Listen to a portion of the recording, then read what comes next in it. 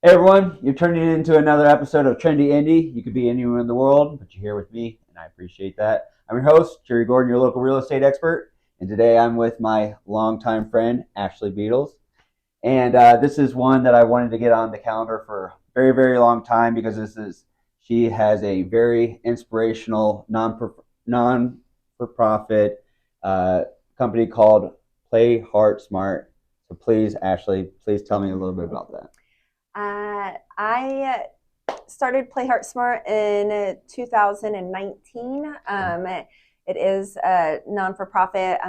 We provide echocardiograms and EKGs to students. Not everybody wants us to say student athletes, but it's not just athletes. We provide them to anyone between the ages of 10 and 25.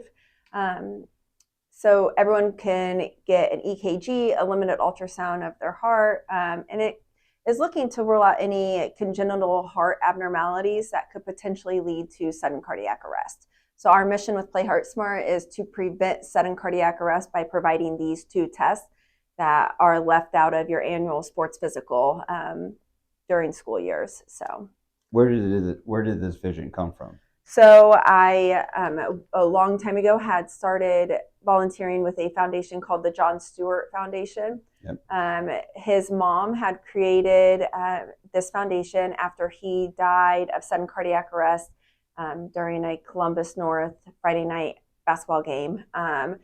And it was because of hypertrophic cardiomyopathy. So this heart condition in particular could be found with echocardiogram and with an EKG.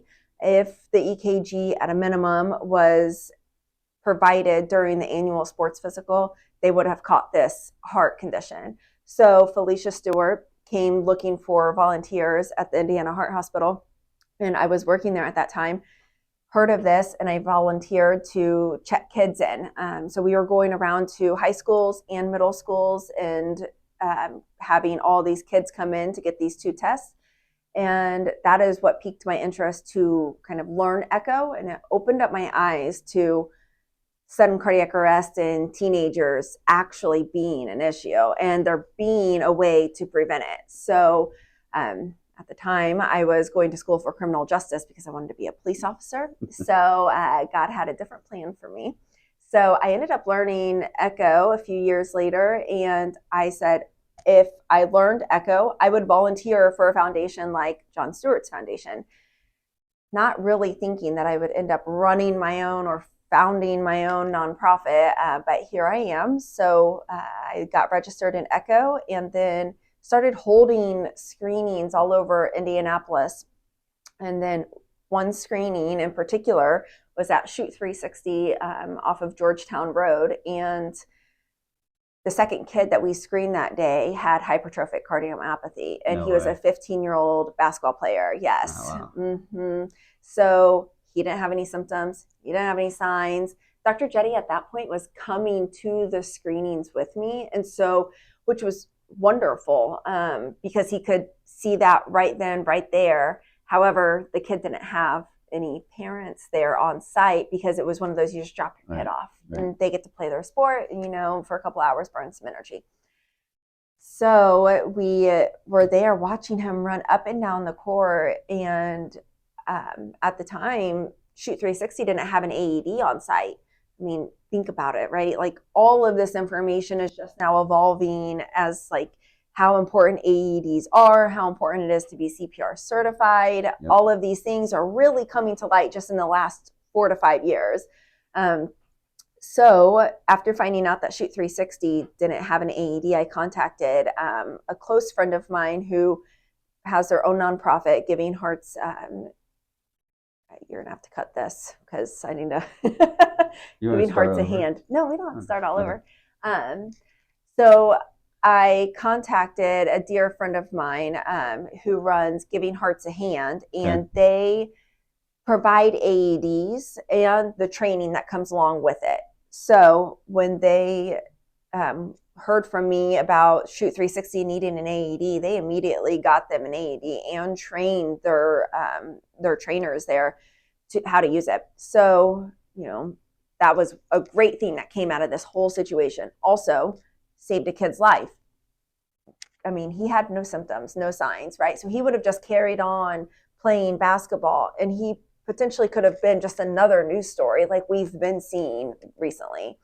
Like I said, very, very, very powerful stuff there. Mm-hmm. So would it be fair to say that you growing up in Lawrence, Yes. being a mother, Yes.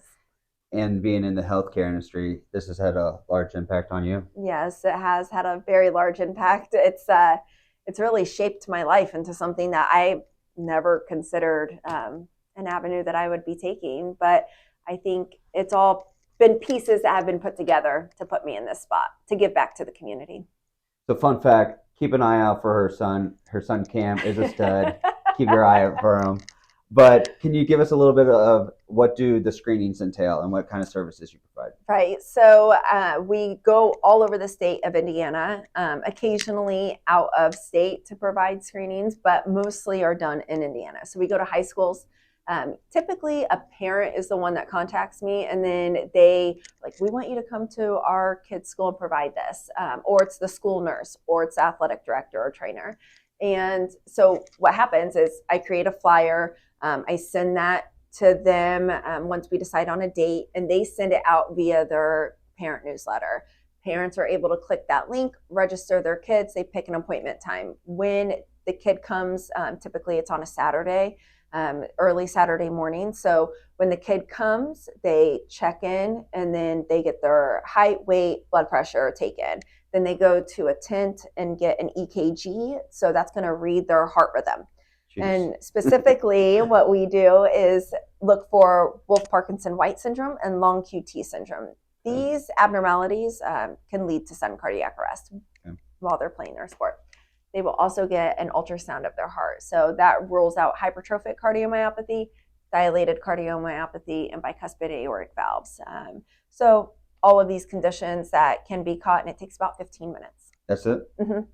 So you mentioned the age, like the ages that you... Yeah, 10 to 25. Yep. Mm-hmm. So can anyone get these done? Is there, I mean, gender, anything? What do you guys focus on? Right. No, absolutely anyone can get it done.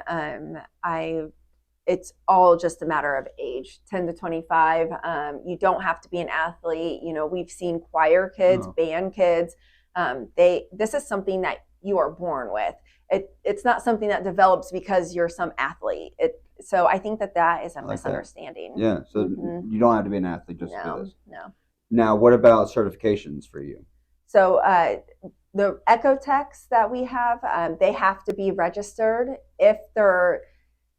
I say that with the caveat of we have a contract with Ivy Tech and Terre Haute, so they provide us their echo students so they can get professional hours. But there has to be a registered echo tech on site. So there's me, there's my employee Chelsea, a couple of other echo techs, registered echo techs that volunteer from surrounding hospitals.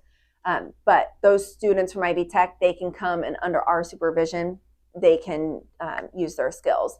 Now, the techs that do the vitals, check in, and do the EKGs, they don't have to be registered, which opens up the door to a lot of people being able to come and volunteer. And a lot of people are interested in helping, at these events. So it can be everyday people. We'll train them early on in the morning before we get started on how to use all the equipment, and run smooth.